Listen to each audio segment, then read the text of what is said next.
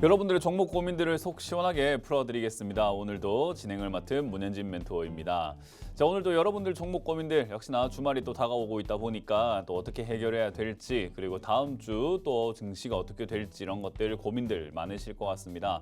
또 이번 주 계속 증시가 빠졌죠. 그러다 보니까 종목들, 여러분들 종목들도 많이 조정이 받았을 거라 생각이 드는데 이걸 추가 매수해야 될지 아니면 팔아야 될지, 뭐 어떻게 가져가야 될까, 손절해야 될까, 여러 가지 고민들이 있으실 건데요. 그거 결정하기 전에 저희한테 전화 한번 주시는 게 어떨까요? 저희와 전화를 통해 가지고 상담을 받고 해결해 가실 수 있지 않을까 싶습니다. 02-2638-3985번으로 전화 주시면 되고요. 종목명과 매수가 그리고 비중까지 알려주시면 될 것 같고요. 문자도 보내시면 되지만 문자 채택은 잘 안 되죠. 샵 3989번으로 문자 보내셔도 되지만 유료 100원이죠. 100원도 드는데 채택도 안 되잖아요. 그러니까 전화를 하세요. 02-2638-3985번으로 전화 주시면은 저희가 전화 상담을 위주로 많이 하고 있기 때문에 전화로 이용해 주시면 감사하겠습니다. 자, 그럼 오늘도 역시나 시장에 대한 이야기를 조금 해놓고 출발해볼까 싶은데요. 일단 간밤에 미국 증시가 어떻게 움직였는지를 바로 체크 한번 해보도록 할게요. 일단 다우존스 지수를 보게 되면 1.1% 빠졌습니다. 1.01% 정도 이렇게 밀리면서 마무리가 되었다 생각하시면 되고요. 나스닥 같은 경우도 2.5% 빠졌습니다. 2.5%면 지난번에 빠졌던 3.7%에 비하면 약하지만 그래도 제법 많이 빠졌다라고 생각할 수 있는 하락세였고요. S&P라든가 반도체도 좀 많이 밀려 내려갔습니다. 왜 이렇게 많이 밀려갔지? 왜 이렇게 생각하시는 분들도 있겠지만 미국의 고용 지표가 생각보다 안 나왔다고 합니다. 그러니까 고용이 좀 많이 될 줄 알았는데 고용이 좀 잘 안 됐다라는 것과 8월에 이제 감원을 계획을 하고 있는 그런 기업들도 많다라는 설문조사가 있죠. 그러다 보니 기업들이 고용도 많이 안 하고 감원이라 그 말은 사람들을 많이 자른다는 말 아니야라는 건데, 다행히 실업 청구 건수가 그렇게 많지는 않았습니다만은 어쨌든 미국의 고용 상태가 지금 좀 불안정하다라는 그런 전망들이 나오고 있습니다. 그러면 우리가 원래 지금까지 증시는 미국의 고용이 안 좋으면 금리 인하할 것 같다라고 올라가지 않았었습니까? 뭐 실제로 5월이라든가 이럴 때도 보면은 요때 우상향하고 올라갈 때, 또는 여기 2월 달에 이렇게 올라올 때 보면은 고용이 안 좋게 나왔다, 그러니까 금리 인하겠지 하면서 증시가 올라왔는데, 지금은 왜 고용이 안 좋다고 해서 또 금리 인하가 9월에 할 수 있다고 하는데 왜 지금은 올라가지 않나요? 라고 했을 때는요, 지금 이제 이런 평가들이 나오고 있습니다. 야, 고용이 너무 안 좋고 경제가 지금 무너지고 있는 것 같다. 이 무너지고 있다 보니까 금리 인하를 해도 이 무너지는 경제를 살리긴 힘들 것 같다. 지금 침체기를 이거를 막을 수 없을 것 같다. 그러니 연준이 만약에 0.5% 금리 인하를 한다 하더라도 큰 효과가 없을 것 같은데 라는 생각을 하고 있는 거죠. 그래서 금리 인하를 한다 하더라도 이게 무슨 효과가 있을까? 아무런 효과가 없을 것 같다라는 생각을 하다 보니 증시가 오히려 밑으로 빠져내려가는 듯한 이런 모습을 보여주고 있습니다. 실제로 금리 인하를 해도 크게 의미가 없을 정도로 지금 증시가 별로 좋지는 않은 것은 사실이긴 합니다. 뭐 그렇다고 해서 앞으로 증시가 계속 박살이 날 거냐 뭐라고 한다면은 바로 이렇게 초전 박살 나는 그런 느낌은 아니겠지만 우하향하면서 내려갈 가능성이 상당히 높다라는 건 현실이죠. 그래서 S&P 같은 경우도 지금 미국의 많은 경제학자들 또는 증권가에서도 지금 이 경기 침체를 제대로 막아내지 못한다면 아마 3,800포인트까지 밀릴 것이다라고 전망하고 있는데, 3,800포인트가 어딘가 하면 여기 지금 파란색 아래쪽입니다. 저 아래쪽의 선입니다. 제가 주봉으로 좀 바꿔서 다시 3,800포인트를 그어드린다면은 여러분들 좀 더 와닿지 않을까 싶은데요. 여기가 3,800입니다. 그렇기 때문에 2022년 정도의 수준으로 주가가 확 밀려가지고 빠질 수 있다, 이런 전망들이 나오고 있는 거죠. 그래서 지금 상황에서 여러분들이 증시가 올라갈 것이다라고 생각하는 분들도 있을 거고, 또는 내려갈 수도 있겠다 생각하는 분들도 있겠지만, 사실 이렇게 조정이 들어가고 있잖아요. 우리나라 지수도 그렇고 전반적으로 이렇게 주가가 빠지고 있습니다. 빠지고 있을 때 손절하는 게 좋은 선택인가 하면은 그렇게 좋은 선택은 아닙니다. 원래 현금화를 하시거나 매도를 하시려고 한다면 올라와 있는 상태에서 하는 것이, 이렇게 올라올 때 하는 것이 가장 좋고요. 올라올 때가 아니라 내려왔을 때라고 한다면 결국 매수 관점으로 바라봐야 되거든요. 근데 여러분들 아마 그렇게 생각하실 거예요. 근데 내 종목이 이것 때문에 좋다고 했고 저것 때문에 좋다고 하고, 아니 돈도 잘 벌고 이러는데, 그리고 아니 전저점에 와 있고 바닥 라인인 것 같은데 왜 이렇게 안 가나요? 라고 생각하시는 분들도 많겠지만, 사실 시장이 빠지게 되면은, 조정받게 되면은 모든 종목이 다 빠집니다. 거의 대부분의 종목들이 다 빠진다 보시면 돼요. 근데 그럼에도 불구하고 상한가 가는 종목도 있고 급등 나오는 종목도 있지 않습니까? 맞습니다. 상한가를 가거나 이렇게 급등 나오는 이런 종목들도 있는데, 이런 종목들이 보통은 우리가 흔히 말하는 평소에는 거들떠도 보지 않는, 매매를 절대 하지 않는 그런 종목들 중에 하나죠. 그래서 이런 기업들은 우리가 평소에는 매매할 이유도 없고 뭐 이런 걸 추천하는 전문가도 잘 없고 이런 걸 추천한다면은 그건 좀 문제가 있는 전문가지 않나 싶어요. 뭐 대구백화점 이런 거 품절주거든요. 그러니까 품절주는 개인 투자자들에게 추천하기에는 너무나 좀 리스크가 크고 방송에서 추천한다는 것 자체가 좀 그거는 상식적이지 않은 그런 종목이 되는 거죠. 그래서 이런 종목들을 우리가 평소에 살 수 있습니까 하면 평소에 잘 안 삽니다. 평소에 이런 걸 막 사야지라고 거들떠보지 않기 때문에 사실 이렇게 급등 나온 종목들을 들고 있는 건 조금 불가능하다라고 생각이 들고요. 그럼 일반적으로 여러분들이 좋다고 생각하고 들고 있는 종목들은 사실 뭐 코스피 200에 들어가 있다거나 펀드 자금들이 막 들어오는 코스피 100 종목 또는 코스닥 150 종목 이런 거에 포진되어 있을 가능성이 상당히 높기 때문에 그런 기업들은 지수가 빠지게 되면 여러분들이 알고 계셔야 되는 게 그런 쪽의 종목들은 펀드 자금들이 막 들어가요. 근데 펀드 자금들이 막 들어가는데 이 펀드 자금들의 특징은요. 지수가 뭐 한 1% 빠졌다? 그러면 자동으로 자기가 들고 있는 비중, 종목들을 전부 다 몇 %씩 다 손절해버립니다. 그렇기 때문에 지수가 빠지면 자동 손절이 되다 보니까 내가 주가가 안 내려갔으면 좋겠다 생각하더라도 지수가 밀려서 오히려 돈이 빠져나가다 보니까 종목이 밀려버리는 경우들도 생긴다는 거죠. 그래서 여러분들 종목이 조금 이렇게 조정이 들어간다거나 지금 좀 빠지고 있다고 하더라도 사실 큰 문제가 있는 건 아닙니다. 그래서 여러분들 종목이 돈은 잘 번다는데 왜 이렇게 내려가나요? 라고 생각하실 게 아니라 돈 잘 버는 기업이 더 싸졌네 라고 생각을 하고 더 사야 되겠구만 하고 생각을 해야 되는데 사실상 우리가 그게 말처럼 쉽지는 않아요. 왜냐하면 내 계좌 손실률을 보고 있다 보니까 와 어제는 내가 200만 원 손실 중이었는데 오늘 500만 원 손실 중이다. 어떡하지? 큰일 났네. 라고 생각하기 나름이거든요. 근데 제가 한 가지 조언해드리고자 하는 것은 여러분들 지금 여러분들 얼굴에 이렇게 손을 갖다 대고 뺨을 탁 때리면 아플 겁니다. 굉장히 아플 거예요. 근데 그 아플 거라고 이야기를 한다 하더라도 우리가 굳이 아프다라고 생각하는 사람 잘 없습니다. 왜냐하면 내가 안 때릴 거거든요. 여러분 한번 때려보시겠습니까? 안 때릴 거잖아요. 그러니까 안 때리면 아픈 게 아니에요. 내가 이빨을 지금 여기서 갑자기 뽑으면 아프겠죠. 근데 안 뽑으면요. 안 아픕니다. 그러니까 이게 무슨 이야기를 하냐면 이렇게 되면 저렇게 될 거다라고 했을 때 아, 이빨 뽑으면 아프겠구나. 근데 내가 지금 안 뽑을 거니까 나랑 상관없네 라고 생각을 하듯이 증권사에서 여러분들에게 보여주는 계좌 손실률도 지금 팔면 그 정도 손실이 납니다. 라는 이야기인 거예요. 그러니까 안 팔면 손실이 아닌 거죠. 그러니까 투자하고 있는 과중에 생기는 여러 가지 우여곡절 중에 하나인 거지 사실 지금 내가 팔 것도 아닌데 그걸 이미 난 손실인 것처럼 나는 500만 원 손실 나고 있는 사람이야. 1000만 원 손실 나고 있는 사람이야. 2000만 원 손실 나고 있는 사람이야. 라고 생각하고 있다 보면 안 팔아도 되는데 사람이 이렇게 생각을 해요. 이거라도 건져야 되겠다라고 생각하면서 나도 모르게 손절을 해버린다는 거죠. 왜냐? 이미 난 손실 난 사람인 것 같기 때문에 지금 내가 2000만 원 매도 손실 내고 매도한다고 하더라도 이미 났다고 가정했으니까 마음의 준비가 되어 있고 매도 버튼만 누르면 되는 거기 때문에 편안하게 매도하는 경우들이 있거든요. 사실 그거 아닙니다. 매도 버튼 누르기 전까지 손실 아무것도 안 난 건데 여러분들이 매도 버튼을 누름으로 인해서 손실이 나는 거예요. 그러니까 주가가 내려갔을 때 손절하거나 주가가 내려갔을 때 매도하는 것만큼 어리석은 행동이 없습니다. 결국은 우리가 내려왔을 때는 오히려 더 사야 되고요. 더 살 돈이 없으면 버티는 게 정답인데 우리는 거기서 매도를 자꾸 고민을 하더라. 그리고 주가가 내려갈 때 손절해라 또는 비중을 줄여라 라고 말하는 전문가들도 꽤나 있는 것 같은데 그분들은 이 자기가 돈 벌어다 줄 것도 아니면서 왜 그런 이야기를 하는지 잘 모르겠습니다. 주가가 많이 내려와 있을 때는 절대로 그 어느 누구에게도 손해를 보고 매도해라 라는 말을 해서는 안 된다라고 저는 생각을 합니다. 그래서 여러분들도 지금 주가가 내려와 있을 때 고민해야 되는 것은 가져가도 되는 기업인가 아니면 가져가면 안 되는 기업인가를 먼저 판단을 해야 돼요. 가져가면 안 되는 기업이라고 한다면은 지금 손절이 아니라 반등 나올 때 빨리 팔고 나가야 되는데 가져가면 안 되는 기업을 막 추가 매수하는 경우도 있거든요. 그러니까 그런 판단이 여러분들 좀 모호할 수 있기 때문에 저희가 이렇게 상담을 계속 해드리는 거 아니겠습니까? 그리고 내려왔을 때 추가 매수를 지금 내가 전저점인 것 같고 내가 생각한 어떤 기준의 저점이니까 추가 매수해야지 라고 생각하시는 분도 있겠지만 그 추가 매수 기회가 아닌 경우들이 굉장히 많습니다. 여러분들이 생각하시는 것보다 추가 매수는 한참 뒤에 해야 되거든요. 그래서 제가 방송에서 이야기하죠. 뺨을 때리고 또 때리고 참아라. 그냥 어떻게든 참아라. 참고 참다가 안 되면 뺨을 때리고 참아라 라고 이야기를 하죠.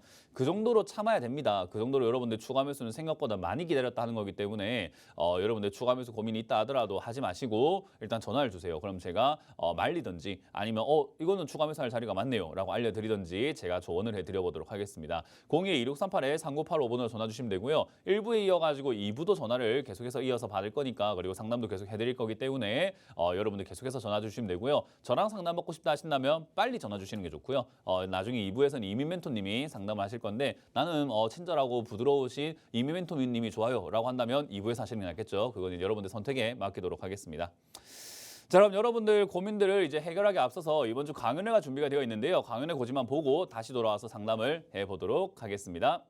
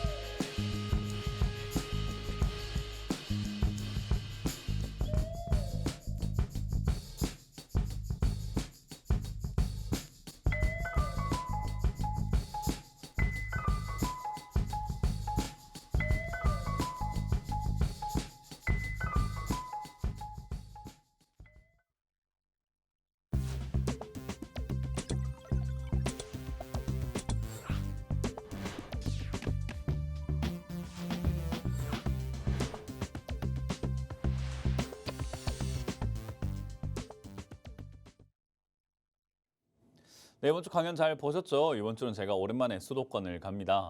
인천과 수원에 와달라는 요청이 있어가지고 저희가 이번에 인천과 수원으로 잡았습니다.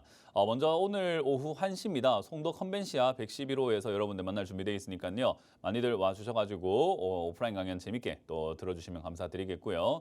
그리고 일요일도 준비가 되어 있습니다. 내일은 제가 오전 11시에 수원으로 갈 겁니다. 수원 벨라스위트 호텔 지하 1층 벨라홀에서 여러분들 만날 준비가 되어 있으니까 많이들 오셔서 강의 듣고 점심 딱 드시면 되겠죠. 그래서 오셔서 강의 재밌게 듣고 요즘 고점과 저점에 대한 이야기를 굉장히 많이 해드리고 있습니다. 그래서 그런 이야기들과 투자에 여러분들에게 길이 될 수 있는 조언들을 많이 해드리려고 할 테니까 오셔서 재밌게 듣고 가시는 것을 추천드려 보도록 하겠습니다. 자, 그럼 여러분들 고민들을 이제부터 풀어가 보도록 하겠습니다. 전화 02-2638-3985번으로 전화 많이 주시면 되겠고요. 끙끙 앓지 마세요. 여러분들 전화 한 통 하면은 주말이 편해집니다. 그렇기 때문에 저랑 전화 통화하시면서 종목 고민들 해결해 가시고 오늘도 상담 바로 시작을 해보도록 하겠습니다. 자, 전화를 받습니다. 여보세요? 네, 여보세요? 네, 안녕하세요. 문은지 멘토입니다. 네, 멘토님 안녕하세요. 네, 반갑습니다. 어떤 게 궁금하세요? 네, 종목은 한빛 레이저고요. 네. 매수가는 7,500원이고 비중은 5%거든요. 네. 네. 아하. 요새 좀 올라오긴 하던데 네. 네, 올라와도 또 다시 떨어지고 막 하긴 한데 이거를 어떻게 추가 매수 더 해도 되는 건지 아니면 어떻게 큰일 날 소리를 하시네요. 신규 상장주는 제가 뭐 방송에서 네. 누누이 이야기하긴 하는데 저는 전 국민이 제 방송 한 번만 딱 봤으면 좋겠어요. 딴 거 말고 지금 이 장면만 전 국민이 봤으면 좋겠다 생각이 듭니다. 신규 상장주 사면 3년 동안 물립니다. 이걸 좀 그냥 전 국민들이 봤으면 좋겠어요. 이거 그냥 뭐 정부에서든 금감원에서든 뭐든 좋으니까 신규 상장주 사면 3년이 고생된다. 3년을 고생한다. 이런 이야기를 조금 알려줬으면 좋겠어요. 증권사에서 좀 알려줘야 된다 생각을 하고요. 요즘 분위기가 신규 상장주들이 3년 동안 박살나버리는 경우들이 꽤나 많습니다. 왜냐하면 상장할 때 너무 거품이라 그래요. 우리 아파트 청약 붐이 일어날 때 청약 막 이렇게 붐이 일어나서 사람들이 청약을 많이 하고 이러면은 청약 시장이 어때요? 가격이 막 올라가죠. 분양가가 점점 올라가지 않나요? 사람들이 청약을 많이 받다 보니까 청약률이 뭐 1대 200이다, 뭐 1대 300이다, 뭐 1000대 1이다, 뭐 이런 식으로 이야기해버리게 되면은 저쪽에 분양이 잘 되니까 옆에서 건설사가, 시행사가, 시공사가 야 이거 우리 분양할 때 원래 한 3억 5천 할래 했는데 옆에 보니까 줄 서서 하더라. 그러니까 우리가 4억 해도 되겠는데 하면서 4억에 하고 그 4억 했는데도 불구하고 300대 1 이러면 옆에서 분양하려고 했던 애다가 야 우리 한 4억에 쟤들이 하길래 성공 안 했으면 우리가 4억 안 하고 3억 8천 할래 했는데 야 쟤들도 줄 섰더라. 그러니까 4억 2천 해야지 하면서 점점 분양가가 올라가는 경향이 생기겠죠. 주식시장도 그래요. 청약 붐이 2020년부터 해가지고 이제 코로나 터지고 난 다음부터 사람들이 청약을 너무 많이 하다 보니까 청약 붐이 일어나가지고 종목 가리지 않고 이 기업이 뭐고 뭔지도 중요하지 않아요. 그냥 상장한다 그러면 청약 붐이 일어나가지고 주가가 폭등해가지고 고가의 상장이 돼버리거든요. 그러니까 이미 이제 주가가 적게는 한 두세 배, 많게는 20배, 30배 이상 이렇게 올라온 상태에서 상장이 돼요. 그러니까 이 지금 시청자님의 매수가는요, 어떤 자리랑 비슷하냐라고 이야기한다면 에코프로를 보여드릴게요. 에코프로라는 차트를 한번 보게 되면은 최근에 2023년에 2차 전지 붐이 일어났을 때 한 번에 확 올라갔었죠. 시청자님이 매수하신 자리가 한 이 정도, 위쪽에서 21만 원대, 22만 원대 여기 산 거랑 똑같은 거예요. 그러니까 상장된 지 얼마 안 돼서 차트가 캔들이 몇 개 안 되다 보니까 내가 산 7,500원이 되게 싸다라고 자부심을 느끼거나 생각하고 사셨을지도 모르겠어요. 그리고 얘가 내려갔을 때 3,100원 이하로 안 빠졌으니까 이제 3,200원쯤이 저점이 아닐까? 바닥인갑지? 라고 생각할 수 있지만 아직까지 엄청나게 고점이라는 거예요. 그래서 이런 종목들이 요즘에 신규 상장주들이 너무 처음 상장할 때부터 너무 고가로 상장하다 보니까 3년 내도록 빠지는 경우들이 있습니다. 거품이 너무 심하다 보니까 오랫동안 빠지는 거예요. 맥주를 우리가 따랐는데 맥주 잔이 전부 다 거품이요. 그 빠질 때까지 기다려야 될 거 아닙니까? 딱 그런 느낌이라고 이해하시면 됩니다. 그래서 지금은 이게 제가 왜 이런 강조를 하냐면 이 기업이 뭐 하는 기업인지 별로 중요하지 않습니다. 상장된 지 얼마 안 된 기업이라는 게 중요한 거예요. 올 1월에 상장을 했기 때문에 2025년, 2026년, 2027년까지는 그냥 계속 내려갈 가능성이 높다라는 겁니다. 무슨 말인지 이해가 되세요? 네. 그러니까 그런 종목을 들고 있는 사람들이 해야 되는 방법은 딱 하나밖에 없어요. 뭐 고민할 게 없어요. 올라오면 빨리 팔아버리고 치워버려야 돼요. 이걸 들고 있으면 안 된다는 거예요. 그게 중요한 요점이 되는 겁니다. 최근에 이제 우리가 뭐 배터리 2차 전지 배터리라든가 이런 것들이 뭐 화재가 나고 그 화재가 나다 보니까 2차 전지 배터리를 갖다가 어디서 만들었는지 제조업체를 막 공개한다. 뭐 이런 이야기들이 자동차 업계에 들려오다 보니까 한빛 레이저가 그 이제 배터리에 이제 어디서 만든 건지 이런 것들 레이저 실이라든가 이런 것들을 통해 가지고 뭐 추적해주는 그런 어떤 시스템들이 있나 봐요. 그걸로 인해 가지고 지금 약간 올라오고 있는 것뿐이지만 사실상 얘가 그것 때문에 올라왔다는 게 아니라 이제 그거를 빌미로 해서 요즘 장도 안 좋고 하면 신규 상장주들이 조금 이렇게 기승을 부려요. 그래서 얘들이 이제 그래서 우상향을 좀 한 것뿐인 거지 내가 엄청나게 좋은 기업이니까 앞으로 삐까뻔쩍하게 날아갈 기업이니까 올라오는 기업이 아닙니다. 그러니까 이렇게 올라올 때 우리는 야 이제 드디어 한빛 레이저가 빛을 발하나 보다 추가 매수해야지라고 하고 있는 거예요. 그 착각을 하고 있는 거죠. 그래서 우리가 그 옛말에 그런 속담이 있어요. 까마귀 날자 감 떨어진다라는 말이 있거든요. 그냥 까마귀가 날면서 감이 떨어지는 건데 우리는 그 현상을 보면서 감이 떨어질 때가 돼서 떨어지는 건데 까마귀가 나니까 감이 떨어졌다 해서 야 까마귀가 날면은 감이 떨어지구나. 까마귀 언제 날아가지? 이런 것만 보고 있는 사람 같은 거죠. 시장이 지금 이런 분위기이기 때문에 올라오고 있다는 걸 생각하지 않고 2차 전지가 좋은가 보다. 화재가 나서 올라가는가 보다. 이렇게 생각을 하시고 계시는 거예요. 그래서 사실상 지금 이 한빛 레이저의 앞으로 말로는 어떻게 될까라고 한다면 100개의 종목 중에 한 95개 이상의 종목이 상장되면 3년 동안 빠져버립니다. 그러니까 얘도 여기가 바닥인 것처럼 보이지만 3년 동안 빠질 가능성이 높다라는 거예요. 그러니까 결국은 이 3,100원 무너뜨리고 또 2,000원까지 가고 1,000원까지 가고 장기적으로 봤을 때 저 밑으로 계속 내려갑니다. 몇 년 동안요? 3년 동안. 네, 그러면 지금 기회가 있고 조금 이렇게 나올 수 있는 기회가 있을 때 팔고 나가면 깔끔하지 않을까요? 그렇기 때문에 꼭 본전이어야 한다라는 생각은 하지 마세요. 그냥 올라와 주는 족족 팔아낸다라고 생각하는 게 좋아요. 왜냐하면 이거는 들고 있을수록 유리한 종목이 아니잖아요. 들고 있을 때 장기적으로 올라갈 가능성이 높아야 우리가 투자하는 메리트가 높은 건데 얘는 들고 있을수록 내려갈 가능성이 높은 거잖아요. 내려간다는 건 아니지만 그래도 그러면 내려갈 가능성이 높다면 굳이 들고 있을 이유가 뭐가 있습니까? 그러니 사실은 한 7,000원에 가깝게 급등이 나오거나 6,800원 좀 올라왔을 때 매도 때리는 게 제일 좋은데 그걸 지금 더 사겠다고 하니 제가 큰일 날 소리 하시네요라고 하는 거예요. 이해가 되시나요? 네. 네, 그러니까 관점을 너무 이상하게 잡고 계시는 겁니다. 신규 상장주는 들고 있으면 안 돼요. 빨리 매도하는 게 좋기 때문에 이번 반등 때 빨리 매도하셔가지고 전 6,500원 이상이면 분할 매도하셔도 괜찮을 것 같다라는 전략을 드려보고요. 지금 장이 빠지면서 좀 빠지고 있는데 이 흐름이 이어질 것 같지는 않습니다. 왜냐하면 지수 조정 들어갈 때 신규 상장주들이 이상 급등 현상이 한 번씩 나오는 경우들이 있거든요. 그래서 이상 급등 현상이 나와서 위로 좀 솟구쳐 올라온다면은 뭐 본전 정리 가능하실 수도 있습니다만은 본전 노리지 마시고 비중이 많지 않기 때문에 손실이 그렇게 크지 않습니다. 6,500원대부터 정리하자라는 전략을 드려보도록 할게요. 네, 감사합니다. 네, 고맙습니다. 다음 상담 이어가겠습니다. 여보세요? 네, 안녕하세요. 네, 안녕하세요. 문현진 멘토입니다. 네. 어떤 게 궁금하세요? 삼성 SDS고 네, 비중 17% 네. 매수가는 13만 1,000원. 어우, 매수가가 아주 기가 막힌데요. 잘 샀네요. 이거 어떻게 여기 샀대요?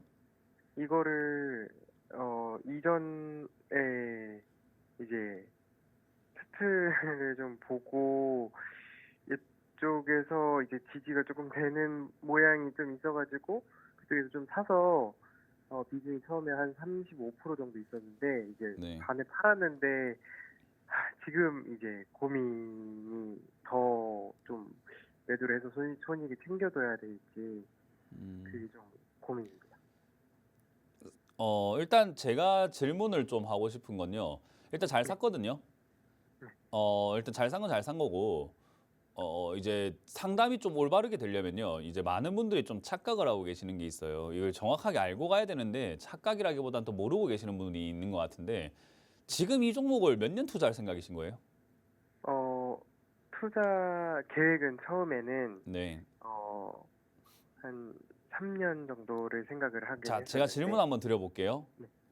3년 뒤에 어디 해외를 뜨셔야 되거나 달나라로 가셔야 되거나 지구를 떠나야 되거나 그런 일이 있는 거예요? 아니면 뭐 왜 3년인 거예요? 이유는 따로 이유는 없죠, 그죠? 네, 맞아요. 워렌 버핏이 그 거의 뭐 어릴 때부터 갖고 있던 주식이 뭐 코카콜라라든가 이런 기업들 갖고 있잖아요, 네. 그죠? 근데 네. 그런 기업들로 수익을 얼마나 보고 계세요, 그죠? 네. 알리바바를 투자한 손정희 마윈 회장 그 보면서 손정희 소프트뱅크 회장이 투자를 했잖아요, 그죠? 네. 그분도 알리바바를 몇 년이나 가져갔어요. 소프트뱅크 회장이 쿠팡이 적자가 나고 있는데 몇 년을 투자하신 겁니까? 그러니까 우리가 투자를 하는 데 있어가지고 내 수명은 엄청나게 길고 제가 목소리 들어봤을 때 굉장히 젊으시거든요. 네. 근데 그렇게 젊으신 분이 3년밖에 투자를 안 하겠다니 저는 환장을 노리신 거예요. 좋은 기업을 싸게 사놓고 이거를 평생 가져가도 부족할 판에 이거를 3년 만에 팔아버리시거나 3년 안에 뭐 어떻게 내가 뭐 그냥 뭐 승부를 보고 끝내버리겠습니다라고 하시니 네. 뭐 물론 대한민국이 장기로 투자한다고 해갖고 혜택이 그렇게 좋은 국가는 아니거든요. 뭐 우리나라 이 기업들이 돈을 많이 번다고 해서 삼성 SDS 같은 경우도 돈 진짜 많이 벌긴 하는데 뭐 주주들에게 환원을 많이 해서 배당률이 높다거나 이러지는 않아요. 근데 우리가 배당을 노리지 않더라도 사실 배당 뭐 우리가 뭐 여기다가 막 50억 때려 넣은 것도 아니고 뭐 배당 뭐 3% 받아가지고 얼마나 되겠습니까? 그러니까 엄청나게 큰 돈이 어차피 안 들어오는데 그러면 어차피 큰 돈이 안 들어온다면 우리가 주가 수익을 내는 게 제일 좋거든요. 그럼 주가 수익은 어떻게 내는 게 좋냐면 싸게 사면은 주가 수익은 날 수밖에 없는 기업인 거예요. 네. 그럼 좋은 기업일수록 장기로 가져갈수록 묵은지처럼 우리 김치를 김장김치 해가지고 이거 언제까지 먹을 겁니까? 라고 하면은 묵은지 될 때까지 먹잖아요. 그죠? 네. 딱 그런 느낌으로 가져가면 되는 기업인데 이걸 이제 우리가 뭐 샀다 팔았다가 이래 샀다가 저래 샀다가 막 3년 안에 내가 끝내버리고 막 말아버려야지 이래 버리는 그 순간 투자가 꼬이기 시작하고 어려워집니다. 원래. 그러니까 현란해지게 하면 할수록 더 어려워요. 뭐 요리도 그렇잖아요. 현란하게 하면 어렵고 담백하게 하면은 좀 쉽잖아요. 그죠? 네. 그런 개념으로 보시면 돼요. 그래서 삼성 SDS라는 종목을 지금 샀다 팔았다 하고 계시는 것 같은데 제가 그래서 질문한 게 몇 년 투자하실 계획입니까? 라고 하는 게 저는 삼성 SDS라는 종목을 이 13만에 샀다면은 저는 시청자님이 뭐 본업이 있으시지 않습니까? 네. 네. 뭐 이제 월요일부터 해서 뭐 주말이 이제 하면 휴일이실 거고 이제 또 평일에 이렇게 일하러 가셔야 되잖아요. 그죠? 네. 그럼 일하는 동안 주식을 매일같이 볼 수 있어요? 없어요? 없죠. 잘 없어요. 그죠? 그러면 우리가 어쨌든 주식을 하시는 이유가 재테크라는 관점에서 하시는 거잖아요. 그죠? 네. 내가 돈을 가만히 갖고 있긴 좀 그렇고 그렇다고 해서 은행에 넣자니 적금 이자 얼마 안 되는 것 같고 그렇다고 해서 내가 지금 밖에 나가서 열심히 일해가지고 버는 연봉 가지고 내 미래가 밝을까 하면 또 그것도 아닌 것 같고 그럼 내가 돈이 좀 불어나야 될 텐데 적금보다 수익률 높은 게 좀 뭐가 있을까 생각하다 보니까 주식을 한 거예요. 그죠? 네네. 제가 드리고 싶은 조언은 젊으시니까 제가 해드리고 싶은 조언은요. 주식에 신경을 끄세요. 그냥 주식을 사놨으면은 적금 넣듯이 그냥 갖고 있다가 나중에 시간이 지났을 때 팔면 되는 거거든요. 네. 그러니까 인생을 더 윤택하게 즐기시는 게 더 좋아요. 운동하세요 혹시? 네. 운동 열심히 하시고 영화 같은 거 좋아하시죠, 그죠? 네. 영화 보시고 책 읽는 거 좋아하세요? 네. 책도 좀 읽으시고 여행 가는 거 좋아하세요? 네. 네, 여행 좀 가시고 그렇게 내 인생을 살면서 번 거에서 적금을 넣어가지고 또 그 돈 가지고 삼성 SDS가 아직 안 올라갔네 그럼 14만 원에 또 사야지 하고 또 사버리고 또 다음 해에 또 내가 돈 모았는데 또 안 올라가네 또 사버리고 그 다음에 또 살라고 했더만 15만 원, 16만 원 올라갔을 때 이걸 그렇게 비싸게 못 사지 하면 다른 것도 사버리고 계속 그런 식으로 가다 보면 시청자님의 40대, 50대, 60대가 다르다 이 말이에요. 그러니까 왜 3년만 보는 거예요? 3년 뒤에 우리가 뭐 이 나라 난 인생을 끊고 난 저기 나가버릴 거야 이건 아니잖아요. 네. 그러니까 왜 투자를 그렇게 생각하시는 건지 잘 모르겠어요. 지금의 직장 다니시는 분들 보면은 40대 있으실 거고 50대 있으실 거고 60대 있으시잖아요. 그죠? 네. 그분들 지금 주식 시작하는 것보다 시청자님이 지금 시작하는 게 그분들 나이가 됐을 때 엄청나게 많은 자산을 만들 수가 있어요. 지금 왜냐하면 매수 자리가 너무 좋기 때문에 이런 투자를 하시게 된다면 앞으로도 계속 이렇게 투자하실 것 같단 말이죠. 네, 그러면 네, 네. 이런 투자를 계속하시고 싸게 사서 가져가서 수익을 내는 투자를 계속 하신다면은 복리라는 게 가능하잖아요. 번 돈으로 또 벌고, 번 돈으로 또 벌고, 번 돈으로 또 벌고 이게 가능하잖아요. 그죠? 네. 생각해봐요. 그런 식으로 가면은 내가 나중에 40대, 50대, 60대가 되었을 때 과연 지금의 60대에 있는 그 직장에 있는 동료분들과 자산을 비교한다면 얼마나 많은 돈을 모으겠습니까? 그분들 투자하지 않아서 이제 겨우 뭐 퇴직금을 받거나 겨우겨우 이렇게 뭐 가정을 꾸리면서 힘들게 이렇게 모아온 돈들이 사실 주식을 안 해서 돈이 불어나지 않았기 때문에 내 몸으로만 벌었는데 시청자님은 지금 훌륭한 무기를 갖고 계시네요. 직장도 있으시지 주가를 저점에 사는 능력까지 있어요 지금. 그러면 멀리 봤을 때 내가 50대가 됐을 때 정말 여유 있게 은퇴할 수 있고 나는 그냥 퇴직금 안 받아도 돼 하고 나올 수도 있는 정도의 수준이 될 수 있을 텐데 왜 3년만 보세요?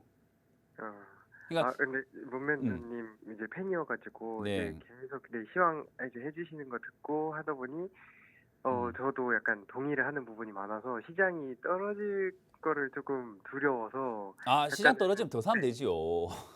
네, 그렇죠. 그러니까 뭐 물론 지금 여기서 내가 현금이 좀 부족하다면 네. 삼성 SDS를 오늘 이렇게 올라왔을 때 15만 원까지 이렇게 올라왔을 때 여기서 조금 한 비중을 좀 줄여서 매도하는 것도 나중에 떨어졌을 때 현금을 좀 더 많이 투입할 수 있는 그리고 중간에 간식거리처럼 보너스 인센티브처럼 약간 받을 수 있는 그런 매도 구간이긴 하죠. 그죠? 네. 이거는 사실 해도 그만 안 해도 그만이에요. 왜냐하면 내가 멀리 볼 거면. 내가 멀리 볼 거면은 해도 그만 안 해도 그만인데 짧게 보고 계시는 거면 사실 매도하는 게 현명하고 유리한 방법이 맞긴 맞죠. 근데 저는 네. 주식이라고 하는 것을 이제 훌륭한 투자의 대가님들이 하는 말입니다. 제가 하는 말이 아니라 네. 주식은 장기로 보면 볼수록 수익률에 연연하는 것이 아니라 내가 가지고 있는 보유 주식 수에 연연을 해야 돼요. 내가 몇 주를 갖고 있고 몇 주를 더 늘렸나. 그럼 내가 몇 주를 늘리기 위해서 돈이 더 들어가는 게 맞죠. 네. 그럼 돈이 더 들어가려면 같은 돈으로 효율적인 주식을 사야 되겠죠. 네. 그럼 같은 돈으로 내가 한 주당 10만 원짜리 사는 것보다 한 주당 5만 원짜리 사는 게 효율적이겠죠. 네. 근데 5만 원짜리 딴 걸 보느니 이 종목이 5만 원 될 때 더 사버리는 게 훨씬 더 좋겠죠. 좋은 기업이니까. 네. 그러니까 그런 관점으로 멀리 본다면 멀리 보는 족족 나는 주식 수를 모아가는 게 가장 좋은 투자 방법 중에 하나가 되는 거예요. 그래서 멀리 본다면 중간에 파는 게 주식 수가 줄어드는 거니까 좋은 걸까요? 나쁜 걸까요? 안 좋을 맞아요. 그래서 제가 말하는 게 멀리 볼 거면 사실 여기서 굳이 안 팔고 내려갔을 때 12만 원대까지 또 떨어지게 된다면 비중을 저 같으면 50%까지 실어버릴 것 같습니다. 그냥. 그러면 지금은 17%지만은 저기까지 내려갔을 때 50%까지 실어버리게 되면 올라갔을 때 또 수익이 좀 더 많이 나겠죠. 그죠? 네. 주식수도 많을 거고 그 상태에서 내가 돈이 좀 필요하고 이 정도에서 좀 더 다시 또 빠질 것 같으니까 절반 줄여야지 하고 25%로 뭐 한 17만 원대 줄였다가 다시 또 한 12만 원대까지 빠지면 또 번 돈까지 더해가지고 이번에는 한 50, 한 5%, 60%까지 사야지 이런 식으로 점점 늘려갈 수가 있겠죠. 그죠? 네. 그러면 내 돈은 불어난 게 또 불어나고 불어난 게 또 불어나고 하면서 아까 말한 것처럼 나의 40대, 나의 50대, 나의 60대는 무조건 달라요. 그러니까 돈은 기하급수적으로 뒤에 불어나게 되어 있습니다. 그러니까 초반에 느립니다. 근데 뒤에는 엄청나게 불어나게 되어 있어요. 1억이 2억이 되고 2억이 4억이 되고 4억이 8억이 되고 8억이 16억이 되고 16억이 32억이 되고 32억이 64억이 되는 거잖아요. 그죠? 네. 시작은 1억이었는데 2배씩 늘어나 친다고 한다면 그러니까 뒤가 달라요. 지금 목소리가 젊으시고 투자를 너무 잘하시고 계셔가지고 좀 안타까워서 제가 좀 이런 잔소리 같은 소리를 하긴 했는데 많은 투자자들에게 귀감이 되셨으면 좋겠습니다. 장기 투자하셨으면 좋겠고 지금 이거 너무 좋은 투자 습관을 갖고 계시네요. 그래서 여기서 15만 원 정도쯤 여기서 현금이 좀 부족하시다면은 한 5% 내지 한 지금 17%니까 지금 한 7% 정도 매도하시는 걸 추천드리고 현금이 충분히 여유가 있어요 한다면은 그냥 갖고 가셔가지고 12만 원대 내려오면은 추가 매수한다 생각하고 비중을 확 늘려가지고 조금 멀리 보면서 인생 즐기시면서 뭐 몸 좋으세요? 운동하셔가지고? 형이 이제 운동 아, 좋아해요? 운동하셔서 몸이 좀 괜찮은 네. 편이에요? 아니요, 괜찮진 않지만. 아, 그럼 같이 괜찮게 네. 만들어 봅시다. 저도 헬스 하거든요, 이제. 아, 네. 같이 한번 괜찮게 만들어 봅시다. 아, 네, 감사합니다. 네, 고맙습니다. 자, 상담 잠시 쉬었다가 이번 주 강연에 잠시 체크 한번 해보고 다시 돌아와서 상담을 해보도록 하겠습니다.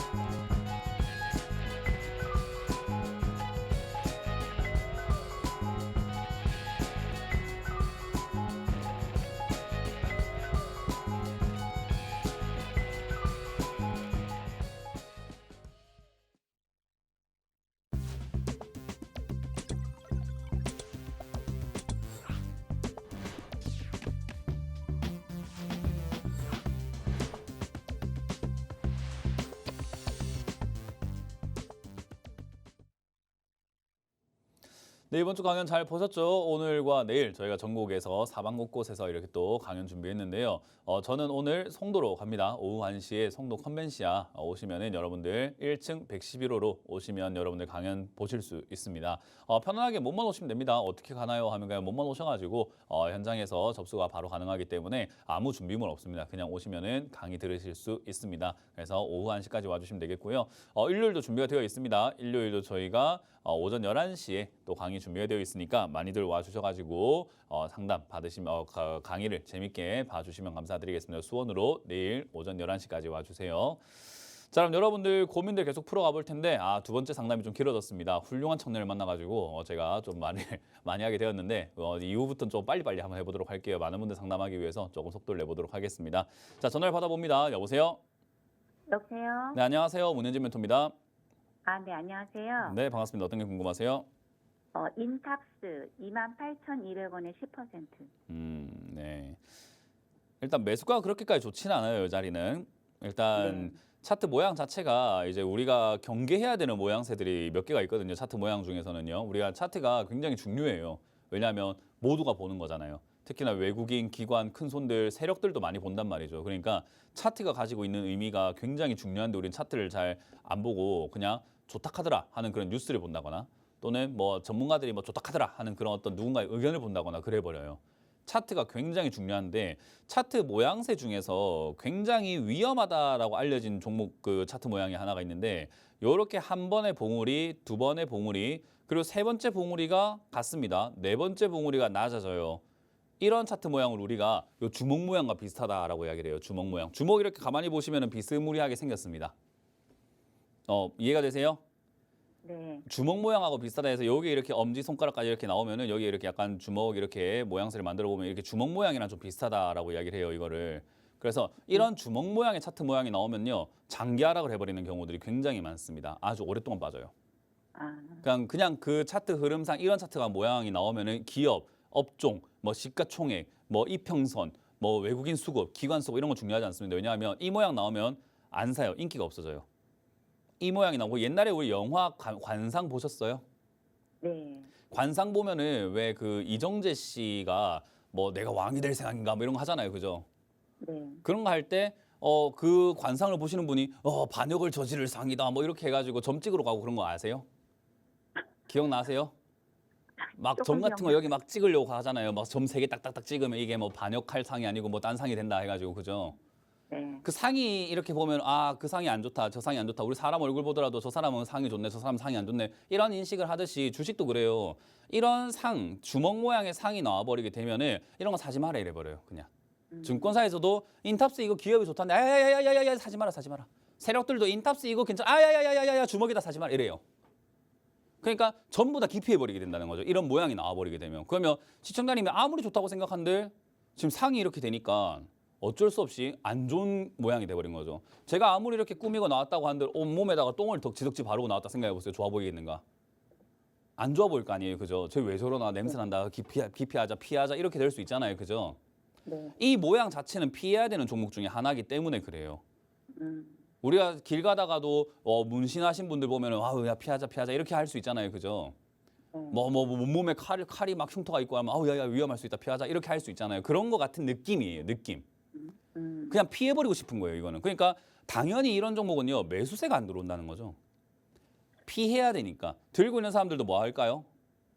피할 것 같아요. 그러니까 피하니까 매도할 거고. 그러니까 주가가 여기서부터는 이제 이게 원래 그렇게 되는 건가라기보다는 이런 모양을 만들었기 때문에 더 그런 인식이 생겨서 뒤늦게 깨닫는 사람들이 많으면 많을수록 손절하자. 아 사지 말자. 손절하자. 사지 말자. 손절하자. 사지 말자. 이게 반복되면 주가가 저 아래쪽까지 밀려버리는 거예요.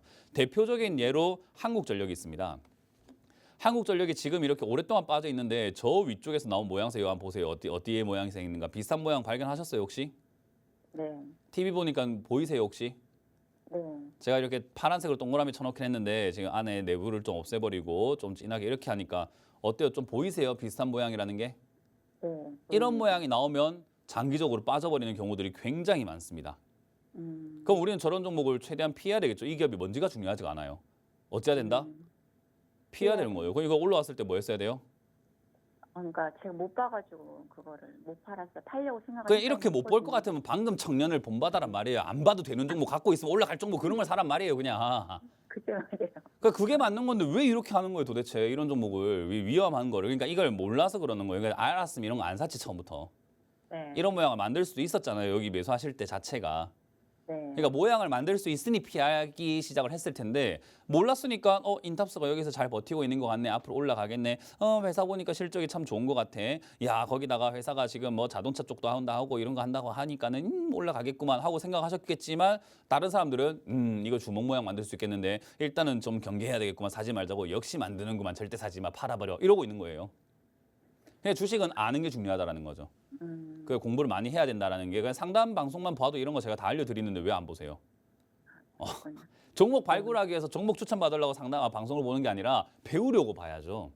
그래서 저는 그렇게 상담 방송도 꾸준히 보시고 상담도 많이 받으셔라라고 하는 게 진작 받았으면 이런 거 빨리 팔아라고 제가 조언했을 거 아닙니까? 그러니까 빠르게 할 수 있도록 하시면 좋겠고 지금 안타깝지만 좀 이번 반등이 나오고 난 다음에 밀려버리면 좋은 상황은 아닙니다. 이번 반등 때 좀 팔아내는 게 제일 좋았는데 뭐 바빠서든 뭐든 간에 못 보셨다 한다면 좋은 상황은 아니게 되었고요. 그러면 이제 탈출할 수 있는 방법은 아래쪽에 이제 2만 원짜리가 무너지거나 19,000원짜리 무너지면 손절할 수밖에 없어요. 근데 저게 싫다 하면은 뭐 어쩔 수 없이 장기 투자로 가는 수밖에 없는데 그러면은 이 종목이 저 아래쪽 만 원에서 15,000원 이하까지 밀려 내려갈 때까지가 손을 안 대는 게 제일 좋습니다. 이해가 되세요? 네. 그래서 장기 투자에도 나쁜 기업은 아닌데 아까 말한 것처럼 이제 삼성 SDS라는 이 기업은 장기 투자하면 좋은 가격에 있으니까 가져가는 족족 수익이 날 텐데 이거는 가져가는 족족 일단 당분간은 손실인 거예요. 그러니까 그 차이가 조금 있는데 그건 어쩔 수 없이 내 매수가가 높기 때문에 생긴 일이다라고 생각하시면 됩니다. 그래서 19,000원 무너질 때 손절하시던가 아니면 장기 투자 생각하고 10,000원에서 한 15,000원 사이쯤 저 어딘가에서 자리 잡을 수 있을 것 같은데 저기까지 내려오면은 그때 다시 한 번 더 추가 매수하기 위해서 고민해 보는 게 어떨까라는 조언을 드려봅니다. 그 전까지는 매도 말고는 선택할 수 있는 선택지가 없습니다. 추가 매수 안 됩니다. 네, 알겠습니다. 그래서 반등 나오면 25,000원 이상에서는 최대한 빨리 매도하신 다음에 나중을 다시 한 번 더 기약해 보시길 바랍니다. 네, 감사합니다. 네, 고맙습니다. 다음 상담 이어가겠습니다. 여보세요? 여보세요? 네, 안녕하세요. 안녕하세요. 문현지 멘토입니다. 네. 어떤 게 궁금하세요? 호텔 신라요. 호텔 신라 48,000원에 20%요. 48,000원에 20%요. 네. 호텔 신라는 빨리 올라올 종목은 아니에요. 그래서 많은 분들이 지금 이제 호텔 신라가 많이 떨어져 있다 보니까 저점이고 이렇게 신저가 막 내려와 있고 하다 보니까 싸다 해서 사시는 분들이 좀 많이 있는 것 같긴 해요. 근데 그렇게 또 많이 사시는 않지만 어쨌든 사시는 분들이 있는데 이 기업이 좋아진 건 맞거든요. 실질적으로요. 왜냐하면 네. 매출이라든가 이런 것들이 코로나 때 안 좋아졌던 게 많이 회복이 되어 있는 상태긴 해요. 근데 지금 전 세계적으로 내수가 죽어가면서 경기 침체, 경제 위기 이런 이야기 나오고 있다 보니까 경기 침체기가 오면 부자들이야 여행을 계속 다니겠지만 서민들은 점점 여행 가기가 좀 버거워지지 않겠습니까? 그죠?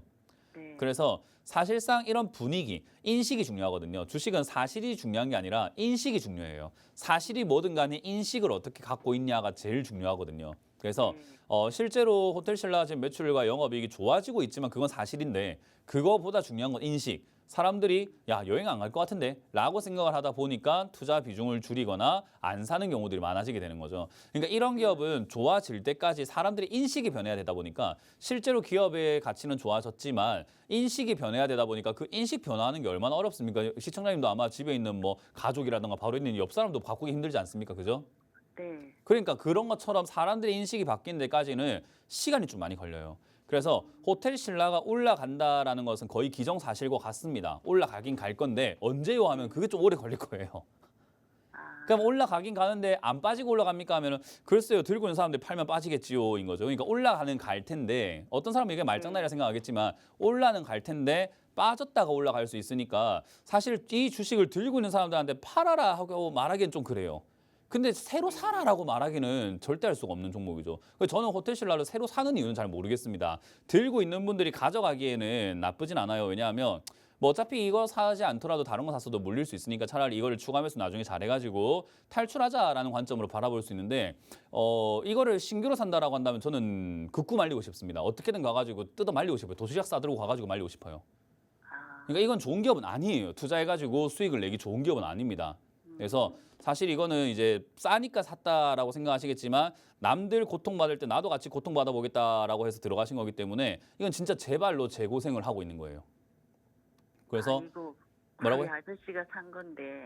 아 그래요? 예, 그래서 이거를 어, 또 아, 한 그 옆- 4만 원까지 떨어지면 네. 추가 매수해서 그냥 그러니까 없는 돈이라 그 생각하고 아저씨 분께서 굉장히 고통을 즐기는가 보죠.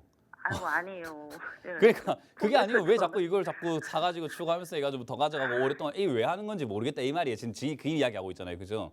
이게 네. 호텔신라는 지금 투자해가지고 빨리 수익 볼 수도 없고 멀리 가져갈 수도 없고 아직도 하락이 안 끝났고 이러다 보니까 들고 있는 분들이 바닥을 잡을 때까지 가져가는 거야 어쩔 수 없는 선택이잖아요. 손실 내기 싫으니까 시간을 투자해서 네. 어쩔 수 없이 가져간다고는 하지만 그걸 왜 이제 여기서 갑자기 48,000대 여기 들어가고 고생을 같이 하지? 라는 생각을 할 수밖에 없죠. 그래서 제가 호텔신라에 대해서는 좋게 이야기를 많이 하거든요. 나쁘지 않다. 들고 가면 수익 날 수 있으니까 들고 가셔서 나중에 떨어지면 추가 매수 고민 한번 해보자라는 조언을 많이 하지만 그게 신규로 사도 된다는 이야기는 아니거든요.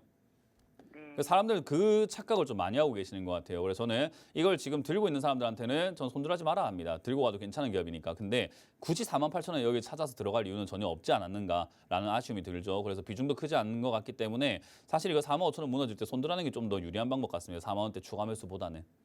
그래서 4만 원 무너질 때 손절하셔가지고 여기서 난 손실을 다른 데서 메우는 게 나아요. 다른 종목을 사셔가지고. 아, 그게 더 낫습니다. 지금 투자 방식을 조금 달리 해보시는 게 어떨까라는 조언을 드려보도록 할게요. 이거 좀 오래 걸립니다. 네, 알겠습니다. 네, 고맙습니다. 감사합니다. 네, 다음 상담 이어가겠습니다. 여보세요? 네, 여보세요? 네, 안녕하세요. 문현지 멘토입니다. 아, 네. 어떤 게 안녕하세요. 궁금하세요? 네. 보존 비중 네, 상담 받으려고요. 네 매수가랑 비중이요? 매수가는 57,640원이고요. 네, 비중 10%요. 왜 이런 자리에 사셨을까요? 근데 좀 기다렸다가 했어야 되는데. 네? 기다렸다 섰어야 되는데 좀 빨리 간 것 같아요. 아니요. 기다릴 의미도 없고 기다릴 가치가 없는 종목을 기다리고 아, 계셨네요. 그래요? 아, 주가가 이게 지금 시청자분들께서 너무 착각하고 계시는 게 네. 주가가 올라와가지고 빠지는 이 종목이 다시 갈 거라는 생각을 정말 많이 하는데 아, 수많은 투자자들이 저렇게 하다가 물리거든요. 아. 그러니까 100번의 매매가 있으면 90한 5번 이런 식으로 하다가 물려요. 아, 그러니까 내가 이렇게 주식 격언 중에 이런 말이 있어요. 내가 사면 고점이다라는 이야기가 있어요. 아, 그런 격언이 있거든요. 이거 제가 지금 차트 한번 보여드릴게요. 차트 한번 띄워볼게요. 네. 자, 잘 보세요, 시청자님. 네. 이거 진짜 3살 꼬마도 알 수 있습니다. 네. 시청자님 이거 모르면 안 돼요. 네. 아셔야 됩니다. 자, 내려왔을 때 사가지고 기다리면 수익이 날까요? 올라갔을 때 사가지고 기다리면 수익이 날까요? 내려갈 때 사야죠. 근데 왜 올라왔을 때 사냐 이 말이에요. 이게 지금 무슨 차이인지 좀 이해가 되세요? 많은 네. 사람들이 네. 내려와 있을 때 매수 자리를 연구해가지고 사가지고 올라갈 때 이득을 보려고 해야 되는데 많은 사람들이 올라갔을 때 여기서 이평선이 어쩌고 무슨 선이 어쩌고 무슨 지표 어쩌고 뭐가 어쩌고 고점 대비 얼마 빠지고 저랬고 뭐 여기서 연구를 하고 있어요. 위에서. 아, 내려갔을 때 연구를 아무도 안 하고 위에서 연구를 하고 있어요. 위에서.